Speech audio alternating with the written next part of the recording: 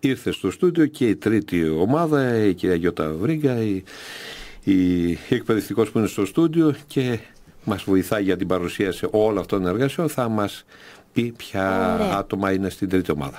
Λοιπόν, η τρίτη ομάδα αποτελείται από την Άρτεμη στην Ούσια, την Χρυσάνθη του Φίδη, την Χίτα Φρυδερίκη και τον Δημήτρη Σακά. Εδώ μαζί μας έχουμε τα 2 από τα 4 παιδιά. Έχουμε τον Δημήτρη και την Χρυσάνθη. Ωραία. Και να ξεκινήσουμε από τη Χρυσάνθη, γιατί πάντα θέλουμε να ξεκινάμε από τις κυρίες. Καλημέρα. Καλημέρα σας. Σαν ομάδα αποφασίσαμε να ασχοληθούμε με τη ρύπανση του νερού, καθώς είναι ένα... Λίγο πιο κοντά σου προς το μικρόφωνο, σε ευχαριστώ. Αποφασίσαμε σαν ομάδα να ασχοληθούμε με τη ρύπανση του νερού, καθώς είναι ένα τοπικό πρόβλημα κυρίως και μας απασχολεί όλους και σαν τοπική κοινότητα.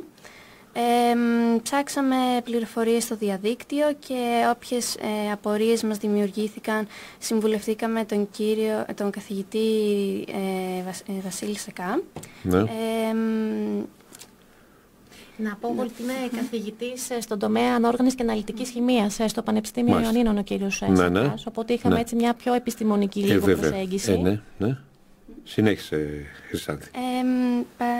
Παρατηρήσαμε, και αυτό ήταν πολύ λυπηρό, ότι οι 2 από τους πιο σημαντικούς φυσικούς πόρους της περιοχής μας, που είναι η λίμνη Παμβότιδα και ο ποταμός Καλαμάς, ρυπαίνονται από ανθρώπινες δραστηριότητες, όπως είναι η γεωργία, η κτηνοτροφία και οι βιομηχανίες γενικά. Και αυτό η αλήθεια είναι ότι μας προκάλεσε τεράστια λύπη, καθώς κάνατε επιτόπια έρευνα, πήγατε? Δεν κάνανε επιτόπια έρευνα, περισσότερο κάνανε στο διαδικτύο. Ωραία. Και είναι κρίμα που αυτά τα στολίδια της περιοχής μας καταστρέφονται από τους ίδιους τους ανθρώπους. Συμφωνούμε απόλυτα. Δημήτρη, σε ακούμε και εσένα. Πες μας την εμπειρία σου από την έρευνα αυτή για τη ρύπανση του νερού στη λίμνη, στον Καλαμά. Χαρήκαμε πολύ που κάναμε αυτή την έρευνα, διότι θέλουμε να περάσουμε το μήνυμα ότι εμείς οι ίδιοι άνθρωποι καταστρέφουμε και τη λίμνη και τον ποταμό και γενικά το περιβάλλον. Τα οικοσυστήματα και έτσι με αυτό το άρθρο προσπαθούμε να ευαισθητοποιήσουμε τον κόσμο, να ασχολείται παραπάνω με αυτά και να προσέχει περισσότερο. Μάλιστα. 4 άτομα σε αυτήν την ομάδα, κυρία Βρίγκα. 4 άτομα, ναι. Εγώ θα επαναλάβω το ερώτημα που έκανα και στην προηγούμενη ομάδα, αν όλα αυτά που λέτε, και καλά κάνετε και προσπαθείτε να ευαισθητοποιήσετε κοινή γνώμη, αν ήδη ευαισθητοποιούν συμμαθητές σας και συμμαθήτριές σας. Τι λέτε, τι έχετε καταλάβει? Παρουσιάσαμε αυτό το θέμα στους συμμαθητές μας και πιστεύω πως όλοι νιώσαμε το ίδιο. Όλοι ευαισθητοποιήθηκαν και κατάλαβαν ότι οι άνθρωποι είναι υπεύθυνοι και ότι οι άνθρωποι μπορούν και να το αλλάξουν βέβαια. Αλλά πιστεύω ότι υπήρχε μεγάλη ευαισθητοποίηση και όλοι ενημερώθηκαν για αυτό το ζήτημα.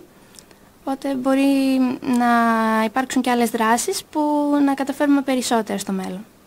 Σίγουρα οι άνθρωποι είμαστε υπεύθυνοι, αλλά όχι μοναδικοί, και είμαστε υπεύθυνοι και ως προς μια άλλη πτυχή, νομίζω θα συμφωνήσει και η Βρίγκα, το ότι όταν υπάρχουν παραλήψεις από την κεντρική εξουσία, με τον τρόπο μας θα πρέπει να πιέζουμε και να απαιτούμε να δίνονται λύσεις. Έχουμε νομίζω τελικά τη δύναμη, το καταλάβαμε. Ναι, ακριβώς. Και με πρόσφατα γεγονότα. Με πρόσφατα γεγονότα, ακριβώς. Ωραία. Δεν ξέρω αν υπάρχει κάτι άλλο που... Όχι. Δεν ξέρω τα παιδιά αν θέλουν να πούνε κάτι άλλο. Εμείς να σας ευχαριστήσουμε για άλλη μια φορά που είχαμε την ευκαιρία να μιλήσουμε μέσα από το δημοτικό ραδιόφωνο. Εγώ σας ευχαριστώ, γιατί όπως είπα και το εννοώ απόλυτα, αυτές οι στιγμές είναι πολύ ξεχωριστές, έχουν το δικό τους ειδικό βάρος, με την καλή έννοια, και εγώ νιώθω χαρά, και η Μαρλένα από ό,τι βλέπω που έχει σχηματίσει ένα φανταστικό χαμόγελο, αλλά και οι ακροατές μου και οι ακροάτες που μας ακούνε αυτή τη στιγμή νομίζω ότι χαίρονται να ακούνε νέα παιδιά να ασχολούνται με τέτοια ζητήματα, να ερευνούν και να προσπαθούν να δώσουν την πινελιά τους σε αυτό που στοχεύουμε πάντα, στην ευαισθητοποίηση της κοινής γνώμης. Σας ευχαριστώ πολύ, να είστε καλά, πάντα τέτοια, καλή συνέχεια να σας ευχηθώ. Ευχαριστούμε πολύ. Καλή σας μέρα. Να είστε καλά.